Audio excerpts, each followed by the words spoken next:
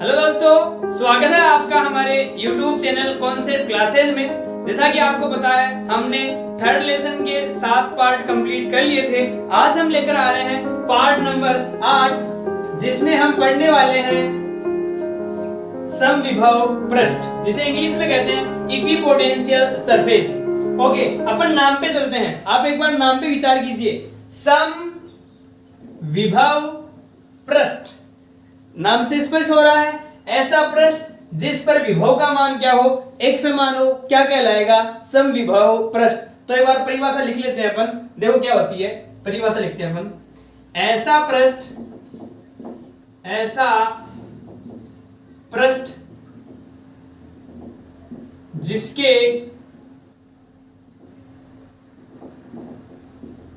प्रत्येक बिंदुओं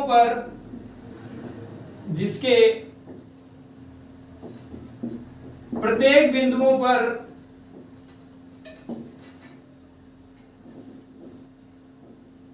विभव का मान एक समान होता है, समविभव पृष्ठ कहलाता है। समविभव पृष्ठ कहलाता। बहुत आसान डेफिनेशन है, आप आसानी से इसको लिख सकते हैं। ऐसा पृष्ठ जिसके प्रत्येक बिंदुओं पर विभव का मान एक समान होता है, समविभव पृष्ठ कहलाता है। ओके, अब इसको अपन अलग अलग रूपों में और भी प्रकार से डिफाइन कर सकते हैं, लेकिन एग्जाम में है तो आपको ये परिभाषा लिखनी है। इसके अलावा कुछ डेफिनेशंस और होती है इसकी, जिसपे अपन और विचार करते हैं। अब एक बार चलिए, जैसा कि समविभव पृष्ठ मतलब विभव, ऐसा पृष्ठ जिसमें विभव का मान क्या हो, एक समान हो, जिसे अपन कल्पना करते हैं। मानता हूं मेरे पास एक ये ऐसा पृष्ठ मैंने खींच लिया। ओके, इस पृष्ठ में यहां कोई बिंदु में मानता हूं ए है और यहां कोई बिंदु में मानता हूं बी है। यहां का विभव कितना? VA, यहां का विभव कितना? VB। परंतु अगर ये समविभव पृष्ठ होगा, तो यहां पर अपन क्या कह सकते हैं? VA बराबर होगा किसके? VB के। ओके, और अगर मैं यहां इन दोनों बिंदुओं के मध्य का विभवांतर देखूं, विभवांतर क्या होता है? VB minus VA। और दोनों के मध्य का विभवांतर देखें, चूंकि समविभव पृष्ठ में विभव का मान क्या रहेगा? एक समान रहेगा। अगर अपन इनका अंतर करेंगे, चूंकि VA बराबर VB है, और अगर इनका अंतर करेंगे 1 माइनस 1 0, 2 माइनस 2 0, मतलब समान राशियों का अंतर जो होगा वो कितना प्राप्त होने वाला है? 0 प्राप्त होने वाला है। इसका मतलब ये कौन था? VA माइनस VB, दो विभवों का अंतर है, जिसको अपन क्या कहते हैं? विभवांतर कहते हैं। क्या कहते हैं? विभवांतर कहते हैं। मतलब इस जगह पर विभवांतर का मान कितना होने वाला है? 0 होने वाला है। किस जगह पर? समविभव पृष्ठों पर। तो ये बेहतरीन बात है, आप इसको याद रख सकते हैं। कौन सी बात? यहां पर लिख सकते हैं, समविभव पृष्ठ में समविभव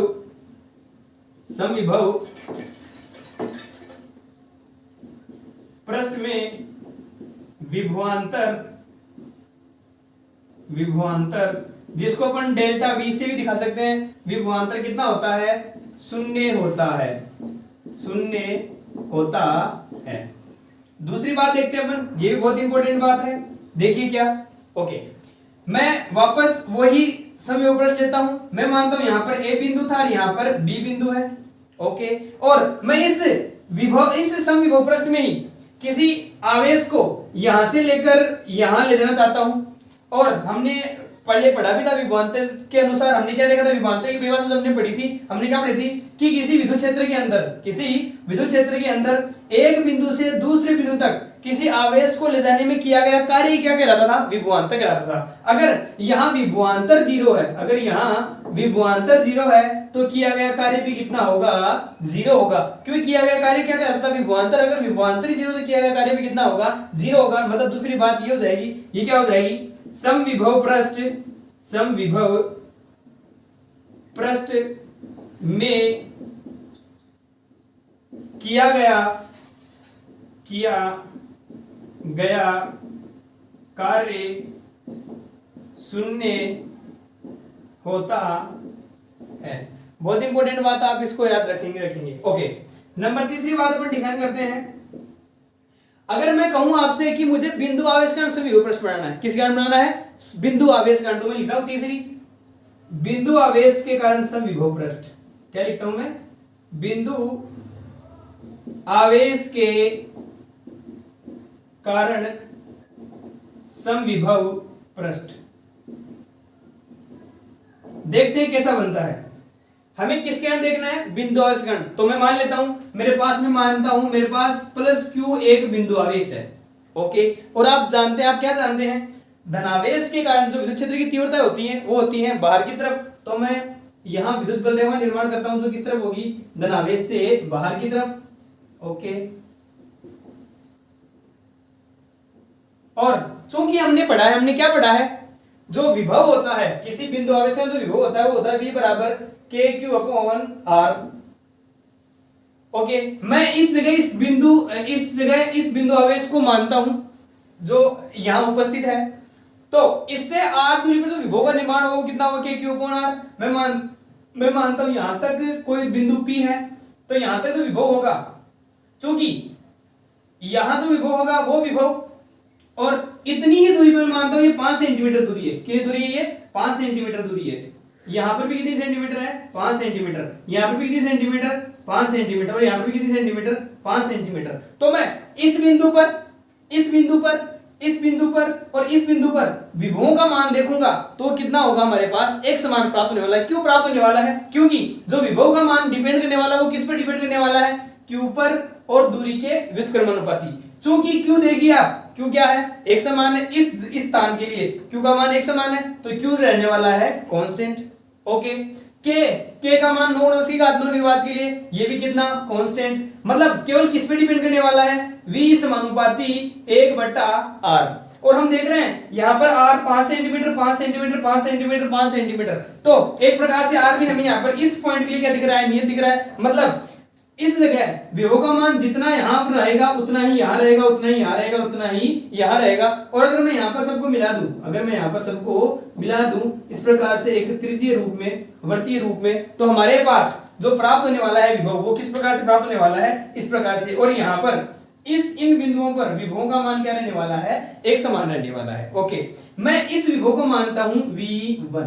तो ये जो V1 है, ये V1 इस पूरे पृष्ठ के लिए समविभव पृष्ठ का काम करेगा, क्योंकि इस पूरे जगह के लिए विभव का मान क्या रहने वाला है, एक समान रहने वाला है। इसी प्रकार से मान लीजिए मैं थोड़ा 10 सेंटीमीटर आगे चलता हूं, ओके। मैं देखता हूं यहां पर, फिर मैं 10 सेंटीमीटर लेता हूं, मैं लेता हूं 10 सेंटीमीटर यहां देख लेता हूं, 10 सेंटीमीटर इस तरफ, 10 सेंटीमीटर इस तरफ, और 10 सेंटीमीटर ही इस तरफ। इसी आवेश के विभव का मान देखेंगे तो वही प्रकार, क्योंकि V समानुपाती क्या होता है, Q होता है। तो Q का मान तो एक प्रकार से बढ़ा हुआ है, K कांस्टेंट है, R किस पर निर्भर करने वाला है, R पर।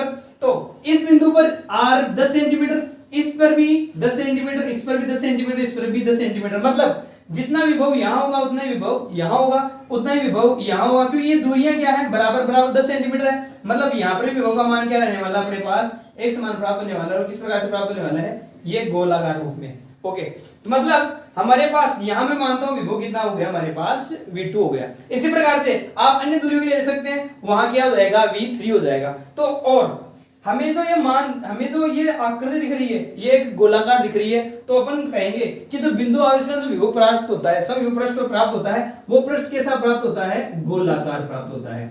कैसा प्राप्त होता है, गोलाकार। एग्जाम में बहुत बार पूछा गया है, तो याद रखें बिंदु आवेश का जो समविभव पृष्ठ प्राप्त होता है वो इस प्रकार से होगा। इसको ये अपन कौन बता सकते हैं, ये गोलाकार प्राप्त होने वाला है, ओके। अब एक छोटी सी बात और देखिए ध्यान से। अपन जानते हैं यहां Q तो कांस्टेंट है, K भी कांस्टेंट है। तो ये जो विभव है किस पर निर्भर करने वाला है, 1/r पर निर्भर करने वाला है। और अपन जानते हैं अगर R का मान ज्यादा होगा तो V का मान कम होगा। तो आप एक बार सोचिए, ध्यान से देखिए, ये बिंदु कितनी सेंटीमीटर मैंने अज्यूम किया था, 5 सेंटीमीटर पे। ये बिंदु कितने सेंटीमीटर था, 10 सेंटीमीटर पे, ओके। जैसे जैसे R का मान बढ़ेगा वैसे वैसे विभव का मान घटेगा। तो अगर मैं आपसे पूछूं कि विभव का मान ये वाला ज्यादा होगी, ये ज्यादा होगा, तो आप इस समीकरण को देख के बता सकते हैं कि विभव का मान वहां कम होगा जहां दूरी का मान ज्यादा होगा। तो बताइए दूरी ये वाली ज्यादा है, ये वाली ज्यादा है इस पॉइंट से, तो आप बोलेंगे दूरी ये वाली ज्यादा है। मतलब इस जगह पे विभव का मान कम रहेगा, यहाँ विभव का मान ज्यादा रहेगा। मतलब अपन कह सकते हैं इस डायग्राम के अनुसार क्या कह सकते हैं कि V1 का मान ज्यादा होगा, V2 का मान कम होगा। इस प्रकार से अगर आप और भी समविभव प्रश्न बनाना चाहें तो उसको इस प्रकार से डिफाइन कर सकते हैं। ओके, एक बार यहां तक देखिए, फिर अपन चलते हैं आगे। समविभव पृष्ठ की चौथी बात करते हैं। चौथी बात कौन सी है, बहुत इंपॉर्टेंट है, ध्यान से सुनिए। थोड़ी देर पहले हमने कहा था, हमने क्या कहा था कि समविभव पृष्ठ में किया गया कार्य कितना होता है, 0 होता है।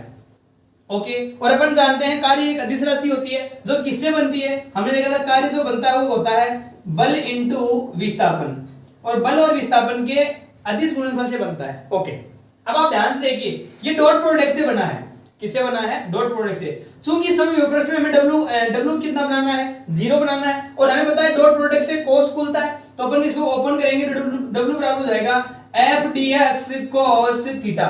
यहाँ थीटा कौन है, किस किस के मध्य का, बल और विस्थापन के मध्य का। ओके, तो अब एक बार ध्यान से देखिए, ये 0 कब हो सकता है, इसका मान 0 कब हो सकता है, जब इस cos थीटा का मान कितना हो जाए, 0 हो जाए। और cos थीटा का मान 0 कब होता है, जब थीटा का मान कितना होता है, 90 होता है। जैसे थीटा का मान 90 हो जाएगा, cos 90 का मान कितना हो जाएगा, 0 हो जाएगा, मतलब W बराबर कितना हो जाएगा, 0 हो जाएगा।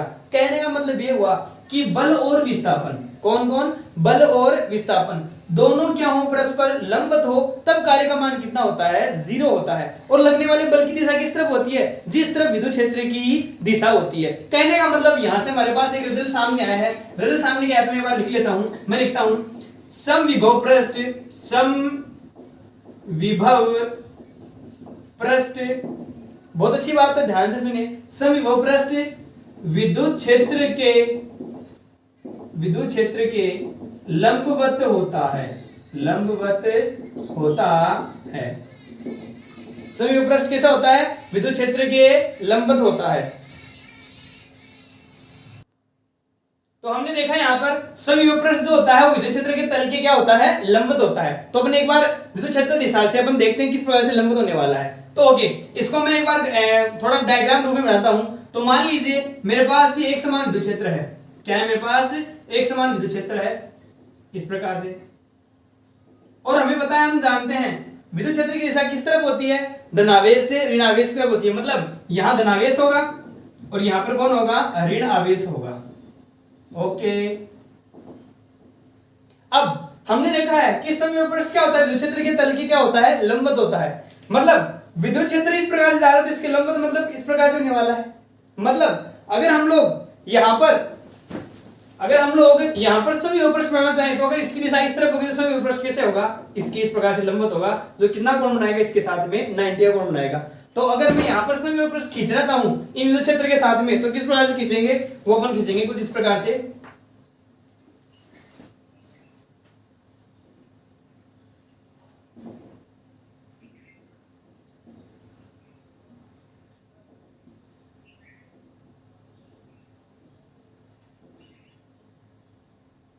ये दोनों पृष्ठ क्या होंगे, इस विद्युत क्षेत्र के क्या होंगे, लंबवत होंगे।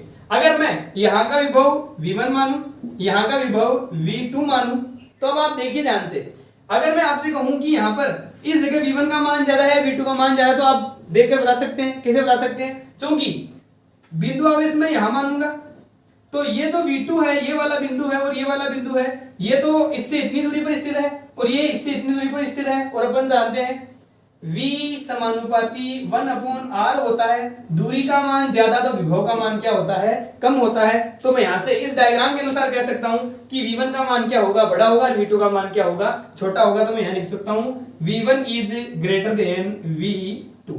ये होगा किसके कारण, विद्युत क्षेत्र एक समान विद्युत क्षेत्र के कारण समविभव पृष्ठ खींचा जाएगा, वो कैसा खींचा जाएगा, इस विद्युत क्षेत्र के तल के लंबवत खींचा जाएगा। इस बात को भी आप ध्यान में रखेंगे। ओके, अपन 5वें नंबर की बात करते हैं। तो आपने पढ़ा है दो विद्युत बलरेखाएं कभी एक दूसरे का प्रतिच्छेद नहीं करती हैं, उसी प्रकार से दो समविभव पृष्ठ कभी एक दूसरे को प्रतिच्छेद नहीं करते हैं, क्योंकि प्रतिच्छेद बिंदु विभव के मान कितने हो जाएंगे, 2 हो जाएंगे। क्यों, अगर समविभव पृष्ठ में तो वो पॉसिबल नहीं होगा, क्योंकि समविभव पृष्ठ के प्रत्येक बिंदु विभव का मान कितना होता है, एक समान होता है, तो 2 मान आपको प्राप्त हो नहीं सकेंगे। तो लाइन लिख लेते हैं 5 नंबर में, क्या, दो समविभव पृष्ठ कभी भी एक दूसरे को प्रतिच्छेद नहीं करते हैं क्योंकि कटान बिंदु पर विभव के दो मान प्राप्त होते हैं जो समविभव पृष्ठ में संभव नहीं है,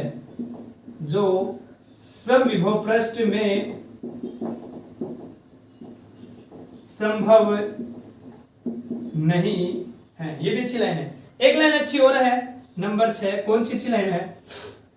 हमने देखा था जब हमने चालक सतह ली थी, हमने क्या ली थी? चालक सतह ली थी। तो हमने क्या देखा था? चालक सतह जैसे हमने ली थी और हमने चालक को आवेश दिया था, हमने चालक गोला लिया था, ठोस गोली कोस कोई भी लिया था, हमने उसको जो आवेश दिया था सारा आवेश कहां चला गया था? उसकी सतह पर एक समान रूप से चला गया था। ओके, तो इसके अंदर कितना आवेश बचा था? अंदर कोई आवेश मौजूद नहीं था। अगर इसके अंदर आवेश ही मौजूद नहीं है तो, और अपन जानते हैं v बराबर कितना होता है? KQ/R होता है। तो अंदर बिंदु, अगर अंदर के किसी पॉइंट पे हम ध्यान से देखें तो Q प्रेजेंट ही नहीं है, तो v का मान कितना होगा? 0 होगा। मतलब इस जगह, संपूर्ण जगह पर विभव का मान कितना रहने वाला है? 0 रहने वाला है। तो हम कह सकते हैं, हम क्या कह सकते हैं? चालक सतह जो होती है, जो होती है वो किसकी भांति काम करती है? समविभव पृष्ठ की तरह। तो मैं लिख सकता हूं चालक सतह समविभव पृष्ठ होती है। चालक सतह समविभव पृष्ठ होती है।